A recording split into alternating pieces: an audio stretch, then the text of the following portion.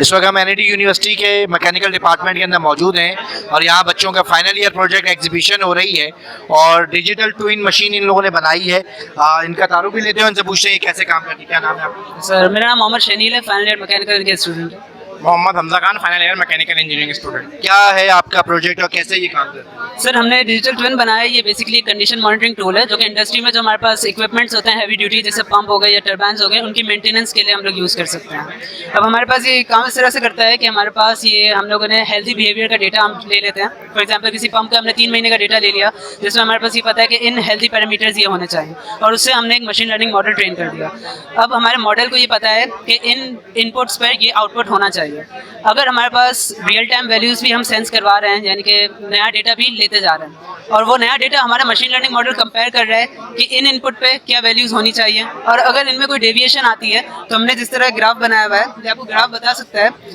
अगर ये ऊपर की तरफ ट्रेंड कर रहा है तो यानी कि वैल्यूज़ में डिफरेंस बढ़ रहा है और डिफरेंस बढ़ रहा है तो यानी कि कोई फॉल्ट आने वाला है। तो उससे हमें ये पता चलेगा कि हम लोग पहले ही कोई प्रोडक्टिव एक्शन ले लें और मेंटेनेंस कर लें ताकि वो मसला ज़्यादा बढ़े नहीं या हमारा कोई ऐसा का नुकसान ना हो।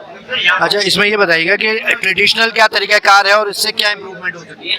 ये वैसे ट्रेडिशनली तो मेंटेनेंस में, करेक्टिव मेंटेनेंस में और रियल टाइम मॉनिटरिंग में यूज़ होता है और हमने यहाँ पे जस्ट लाइक प्रोटोटाइप यूज़ किया है। वैसे तो ये टरबाइन, कंप्रेसर्स, इक्विपमेंट पे यूज़ होता है। यहाँ पे क्योंकि अब टरबाइन तो है नहीं हमारे पास, तो हमने यहाँ पे प्रोटोटाइप के लिए हमने सेंसर लगाया जिसमें ह्यूमिडिटी और एयर इंडोर क्वालिटी और टेम्परेचर की वैल्यूज़ लेके और उसी के ऊपर हमने 3 मंथ का डेटा ट्रेन किया है। उस 3 महीने के डेटा के मुताबिक अब ये उसी के हिसाब से वैल्यूज़ को मॉनिटर कर रहा है और उसी के हिसाब से मीन एब्सोल्यूट एरर निकाल रहा है और टाइम के हिसाब से ये अपना एरर फंक्शन कैलकुलेट करके हमें बताएगा। और इसमें हम ये भी कर सकते हैं कि PLCs लगा के कंट्रोल यानी कंट्रोलिंग में भी जा सकते हैं कि हमें वार्निंग जनरेट करके दे या फिर अगर हमें सिस्टम को ट्रिप करवाना है तो ट्रिप करवा दे।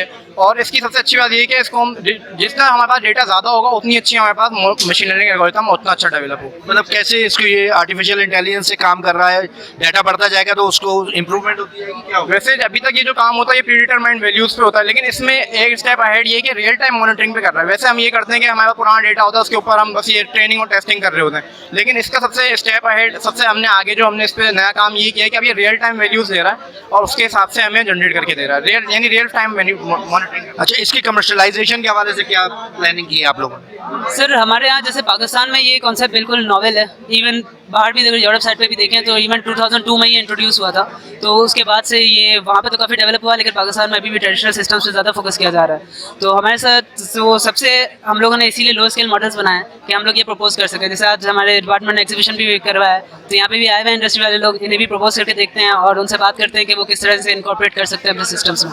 और sir alhamdulillah we are very proud that this is the first time this is offer digital twin concept in our university and our project. Thank you very much.